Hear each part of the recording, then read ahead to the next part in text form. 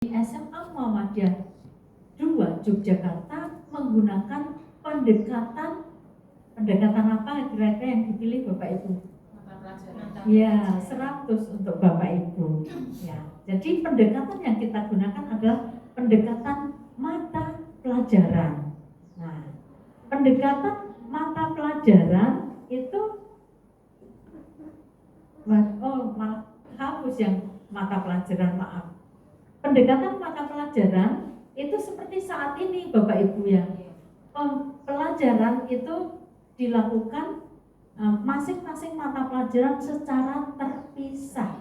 Ya, jadi harus dijelaskan seperti itu. Nah, kemudian ini saya sampaikan kepada Bapak Ibu, kalau suatu saat Bapak Ibu itu ditanya, misalnya kita kan berharap tidak divisitasi akreditasi ya Bapak Ibu. Tapi kalau kemudian tidak sesuai harapan kita, Bapak Ibu ditanya SMA Muhammadiyah 2 Yogyakarta pembelajarannya menggunakan pendekatan apa? Nah, kita bisa menjawab bahwa pendekatan kita adalah pendekatan mata pelajaran, di mana pelaksanaan pembelajarannya terpisah-pisah masing-masing mata pelajaran. Gitu. Jadi ini karena merdeka ya Bapak Ibu, boleh ada beberapa pendekatan. Nah, berikutnya proyek profil pelajar Pancasila. Bapak Ibu di kelas 10 minimal 3 proyek. Ya, boleh 4. Mau pilih 3 apa 4 Bapak Ibu? 3 saja, setuju. Ya. Kalau mudah boleh ya, jangan mencari yang sulit. Gitu. Bapak Ibu nanti memilih nih. Kalau sudah ada koordinator proyeknya, kepala sekolah bersama koordinator proyek dan tim fasilitator proyek. Jadi guru itu nanti ketika mengajar proyek tidak disebut guru tapi disebut fasilitator. Maka timnya juga disebut tim fasilitator. Supaya nggak ngatuk Bu Huda, pasti Bu Huda tahu kira-kira bedanya guru sama fasilitator itu apa Bu Huda? Kalau guru kan mengampu satu mapel gitu. Yeah. Dia membawa baju mapel, tapi kalau fasilitator itu membawa bajunya ya baju tema yang dipilih dalam profil tersebut apa? Tuh, 100 ya. Ada yang menambahkan lagi, makasih Bu Huda. Silakan. Apa yang membedakan fasilitator dan guru? Bu Eni, gitu. Kalau guru kita fokusnya ke tadi Bu, mapel yang sama. Kalau fasilitator saya menambahkan bahwa fasilitator itu kita akan kolaborasi dengan teman-teman yang lain yang tidak disebut guru lagi dalam rangka untuk melaksanakan kegiatan supaya nanti profil pelajar Pancasila itu yang akan menjadi tujuan. Jadi sudah bukan lagi tujuan per individu Bapak Ibu guru, tapi sudah menjadi tujuan secara keseluruhan untuk mencapai profil pelajar Pancasila. Ya, oke, benar sekali. Ya, baik. Ya.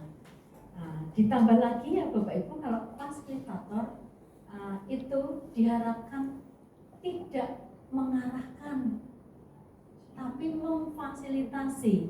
Maka nanti proyeknya itu diharapkan siswa lah yang memilih, nanti yang merancang. Bapak Ibu itu mendampingi, memfasilitasi, tidak boleh instruksi ya, tidak boleh menginstruksi gitu. Nah, kalau arahan dari pusat, Bapak Ibu itu tidak boleh mengarahkan, tapi ya di lapangan melihat kondisi siswa Bapak Ibu.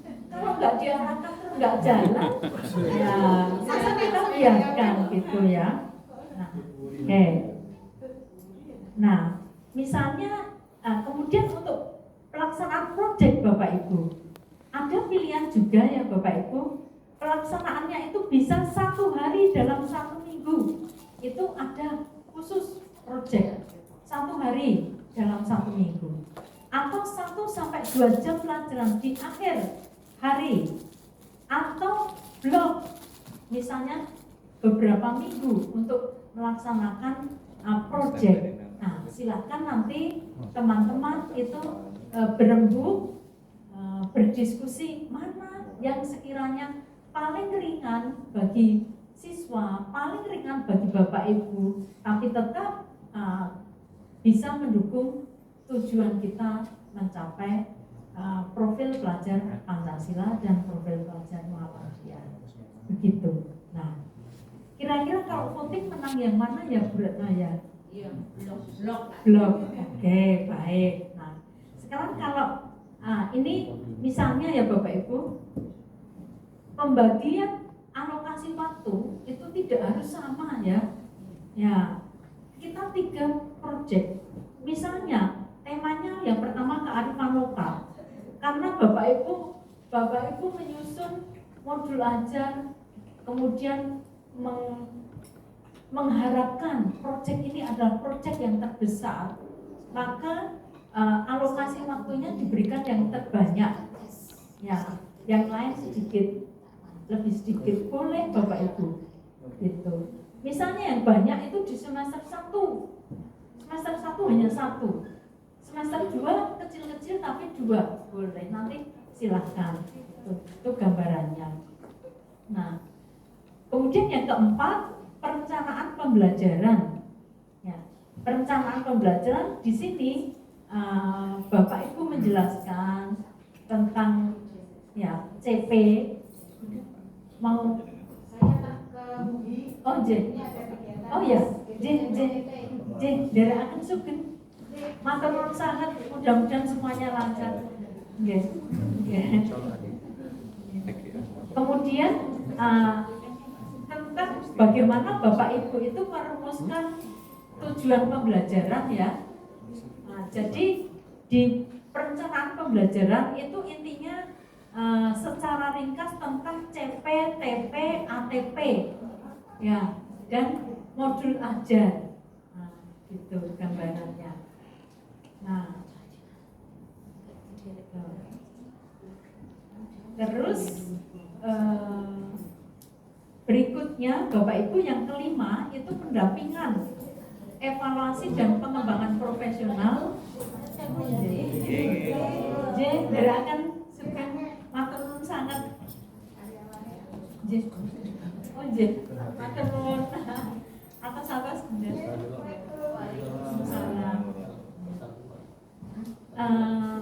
bab 5 itu kita membicarakan tentang rencana evaluasi. Ya, evaluasi terhadap, ini bukan evaluasi untuk siswa ya, tapi evaluasi terhadap kurikulum. Ya, terhadap pelaksanaan kurikulum.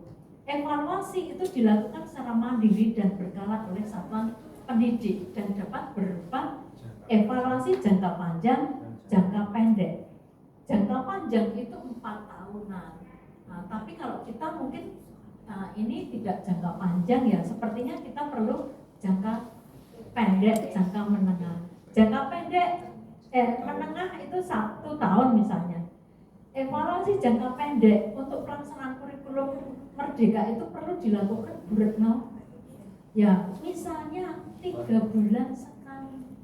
Ya, 3 bulan sekali itu dilaksanakan dengan melakukan refleksi. Ya, refleksi. Bukan berarti nanti kalau kita mengevaluasi kurikulum itu kemudian harus membongkar dokumen kurikulum, tidak ya. Tapi misalnya kalau kita meniru yang sekolah penggerak ya, itu misalnya kalau yang sudah mahir itu 3 bulan sekali refleksi. Refleksi itu di situ refleksi itu kan kita bersama-sama Bapak Ibu guru, biasanya nanti bersama pengawas kita refleksikan, misalnya nggak sempat tatap muka ya kita bisa lewat Zoom. Intinya kita merefleksikan keberhasilan kita seperti apa, kemudian permasalahan-permasalahan kita apa saja, sehingga secara cepat itu bisa diambil langkah solusinya. Tidak berarti kita membongkar dokumen, tapi mungkin kita memperbaiki pelaksanaannya. Jadi di evaluasi ini perlu kita nanti tuangkan Bu Retno rencana refleksi gitu.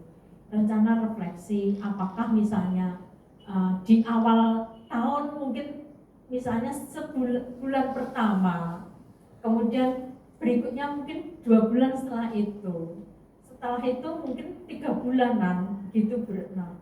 Ya. Kemudian pendampingan dan pengembangan profesi.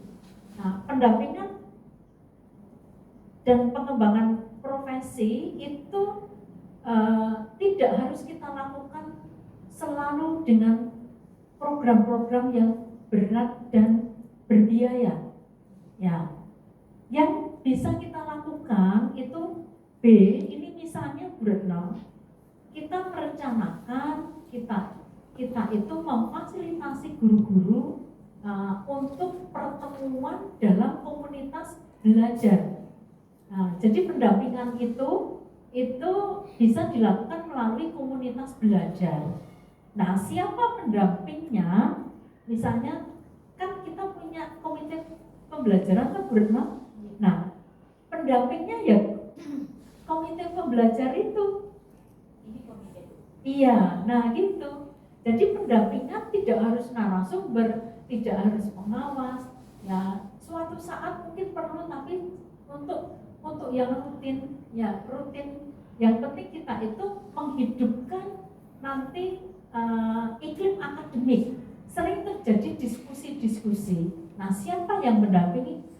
Komite pembelajaran melalui komunitas belajar, gitu. Kemudian juga pendampingan ini kan coaching bisa dilakukan juga oleh teman-teman komite pembelajar, termasuk kepala sekolah, monitoring, ya, dan sebagainya. Termasuk di sini mungkin rencana kita melakukan kegiatan pengembangan profesi, misalnya melalui IHT atau melalui workshop. Ini rencana dituangkan di sini, gitu. Nah, sehingga gambaran kegiatan 1 tahun itu kita di depan itu kita sudah tahu. Meskipun nanti mungkin pelaksanaannya meleset, tidak harus kemudian ketika workshop di dokumen kurikulum itu disebutkan tanggalnya, misalnya ternyata meleset, nggak apa-apa, gitu. Ya. Atau misalnya waktunya belum pasti, ya mungkin di bulan keberapa, gitu. Misalnya IHT tentang penyusunan, kalau mau belajar kemarin sudah ya, misalnya workshop tentang penyusunan modul proyek pelajar Pancasila, dilaksanakan di bulan pertama misalnya. Sebutkan saja gitu berenang. Jadi dokumen kurikulumnya sedikit berbeda dengan KTSP karena di sini memuat langsung rencana kita untuk melaksanakan pendampingan pengembangan profesional. Ini di sini ditulis ya, bagian ini bersifat opsional, tapi saya kira untuk sekolah yang sebesar ini sudah perlu. Ya. Nah, sekarang belum lanjut. Ya, silakan. Ternyata saya salah tangkap. Ya. Jadi pada bagian evaluasi saya pikir itu tentang adanya supervisi terhadap guru. Dan karena saya membaca di situ kan ada coaching ya. Jadi saya pikir untuk yang evaluasinya bukan seperti evaluasi berkala pada pelaksanaan kosnya, tetapi pada supervisi guru. Termasuk guru. Termasuk.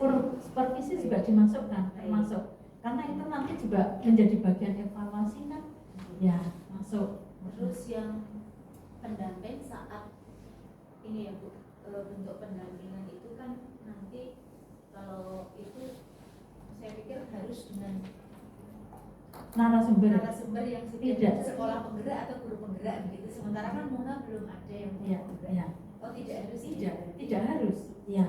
justru yang kita inginkan itu komunitas belajar itu berjalan sebagai bagian dari rutinitas ya, tapi terjadwal ya, tapi itu sebagai bagian yang budaya ya, sehingga tidak harus mengundang dan berbiaya, tapi komunitas belajar saling berbagi, dan di situ nanti termasuk kegiatan itu termasuk kegiatan-kegiatan untuk berbagi praktek baik, Bu Retno. Jadi perlu dijadwalkan. Misalnya Bu Huda mungkin menyusun apa ya, menyusun modul ajar atau apa. Ya, kemudian dalam komunitas belajar sharingkan ke teman-teman. Komunitas belajar bisa komunitas belajar kecil atau nanti semuanya. Kemudian kegiatan komunitas belajar itu pun bisa diselipkan, misalnya diselipkan pada rapat mungkin rapat guru apa ya, rapat guru koordinasi. Jadi tidak harus secara khusus, kemudian secara khusus dibiayai, tapi syukur itu bisa sehemat mungkin, tapi bisa berbagi gitu. Berbagi yang sederhana, misalnya nanti pelaksanaan pembelajaran tentang mungkin implementasi metode atau mode, ataukah mungkin ada guru yang menciptakan bahan media, misalnya ya, media pembelajaran apa saja bisa disampaikan di situ. Jadi untuk evaluasinya itu sebenarnya di situ lebih ke evaluasi kurikulum ya, tapi termasuk juga untuk evaluasi pelaksanaannya kan. Evaluasi pelaksanaannya dilakukan melalui supervisi gitu berarti. Nah, oke. Nah, sekarang kita lihat pada instrumen verifikasinya ya. Instrumen verifikasinya itu masih seperti dulu. Jadi tetap kita punya instrumen verifikasi supaya mengarahkan langkah kita. Bukan berarti ini untuk menghukum Bapak Ibu ya. Halo? Iya, bukan mengekang. Ya, bukan mengekang. Nanti Bapak Ibu boleh sistematikanya tidak harus seperti yang tertuang ini. Ini hanya sekedar mengurutkan aja. Nah, seperti biasanya kita mulai dari cover ya, logo sekolah, judulnya kurikulum operasional SMA Muhammadiyah Yogyakarta. Kalau yang KTSP itu judulnya kurikulum SMA Muhammadiyah, nggak pakai operasional ya, tahun pelajaran, alamat. Kemudian rumusan kalimat pengesahan seperti biasanya, tanda tangan kepala sekolah, tanda tangan ketua komite, dan juga karena di sini yayasan sampai ke PWM. Ya, kemudian disahkan oleh pejabat Dipora, dalam hal ini kepala bidang Dikmen. Ya. Nah, berikutnya bab 1. Ini bukan bab ya, Bapak Ibu ya. Ini mungkin tidak harus, mungkin yang 1 bisa, misalnya 1 itu karakteristik satuan pendidikan, gitu ya. Kemudian 2 visi misi, ini bisa gini ya. Misalnya ini dianggap bab 1, ini 2, ini ya. Kemudian visi misi. Nah, di sini saya profil pelajar Muhammadiyah. Ya. Tapi ini sudah resmi atau belum ya? Kalau saya itu cenderung dijadikan tapi saya masukkan, tapi saya belum berani mengatakan itu profil pelajar Muhammadiyah. Yang jelas di bagian bab 1 di sini saja ya. kami menyampaikan bahwa kami memiliki ciri khusus sehingga Ya. itu mengintegrasi Al-Islam dan Muhammadiyah. Ya. Berarti masukkan di karakteristik saja ya. Iya. Yang ini supaya kita tidak terikat ya. Iya. Karena kalau ini sudah kita masukkan kan berarti nanti setiap pelaksanaannya kan harus ada dimensi dari. Sedangkan saya lihat jabaran kalau kita sudah resmi kan dimensinya, kemudian elemen-elemennya kan harus sudah tersusun ya. Nah karena belum ada, nanti kita hilangkan aja ini, tapi itu masuk di karakteristik satuan pendidikan gitu. Jadi di bab 1 ya. Kemudian visi ya, visi misi. Jadi penomoran ini tidak menunjukkan bab ya teman-teman ya. Luas saja visi misi landasan hukum ya. Oke. Kemudian pengorganisasian pembelajaran ya, pengorganisasian pembelajaran. Nah ini intrakurikuler, kemudian project, ekstrakurikuler. Nah, kemudian yang baru itu Bu. Nah Ini ini sudah ada, tapi saya yang ekstra itu kan kita juga perlu ketika saya membaca mengaitkan ekstra kurikuler. Kalau dulu kan di KTSP kita jelas ini masuk krida, ini masuk ini masuk. Nah itu kan sekarang juga itu masuk dimensi yang mana gitu setiap ekstranya. Nah itu apakah di setiap ekstra, apalagi Muhammadiyah dia punya 22 ekstra ya Pak? Kalau itu memasukkan itu golongan dimensi apa gitu ya? Umpamanya nih hiking club itu kan jelas ada di mana nih Pak? Saya mencoba juga di hiking club itu kan berarti ada gotong royongnya, tapi ada kemandiriannya seperti itu. Terus saya tampil-tampil. Iya. Tapi Iya. nanti coba nanti dengan kesiswaan ya. Iya, saya kira perlu mumpung ini sekalian ya, mumpung awal, jadi sekalian kan hanya tinggal mengkaitkan saja kan. Iya, meskipun sebenarnya semua ekstra itu kalau kita jujur itu semua dimensi itu bisa masuk. Tapi kalau semua dimensi masuk kan terlalu ini ya di ini saja ditentukan mana yang dominan gitu ya. Nah kemudian ini budaya sekolah masuk sini ya Bu Ratna ya. Kalau yang dari pusat kan nggak ada budaya sekolah. Nah budaya sekolah itu kan sangat penting, maka budaya sekolah dimasukkan di sini. Kemudian perencanaan pembelajaran. Nah ini tentang ATP, kemudian modul ajar. Nah di instrumen ini kami menyebut RPP atau modul ajar karena pada saat pertama implementasi kurikulum merdeka itu dari GTK itu kan kenceng modul ajar. Setelah itu lulus teman-teman. Sampai sekarang RPP sederhana saja nggak apa-apa gitu. Maka modul ajar atau RPP dan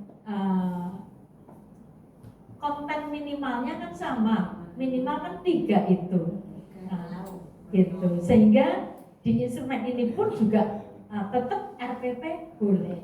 Nah misalnya Bapak Ibu kita bayangkan, misalnya seperti SMA Sultan Agung yang muridnya hanya beberapa orang, masa kita paksa modul ajar yang seambiah-ambiah seperti ini ya.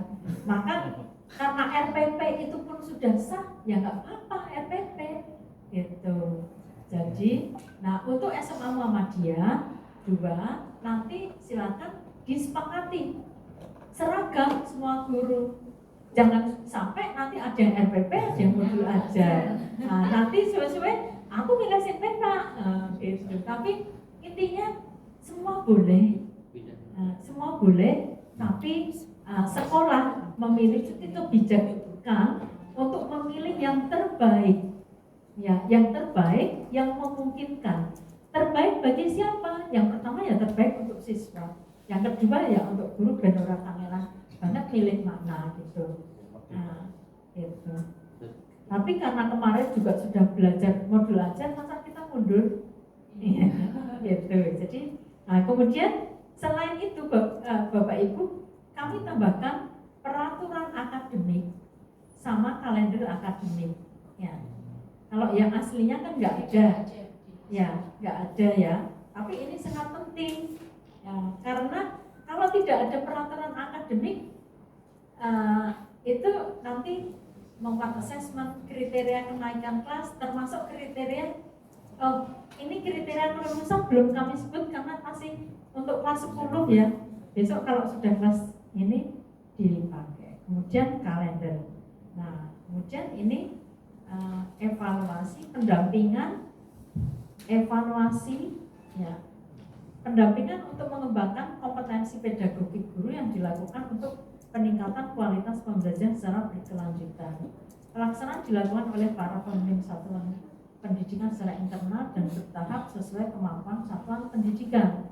Yang namanya dilakukan oleh pemimpin satuan pendidikan bukan berarti kemudian pendampingan itu selalu oleh kepala sekolah, tapi kepala sekolah itu kan bisa mendelegasikan seperti yang tadi saya sampaikan ini ya, komunitas komite pembelajaran, evaluasi, kemudian pengembangan profesi. Nah, demikian Bapak Ibu, karena waktunya sudah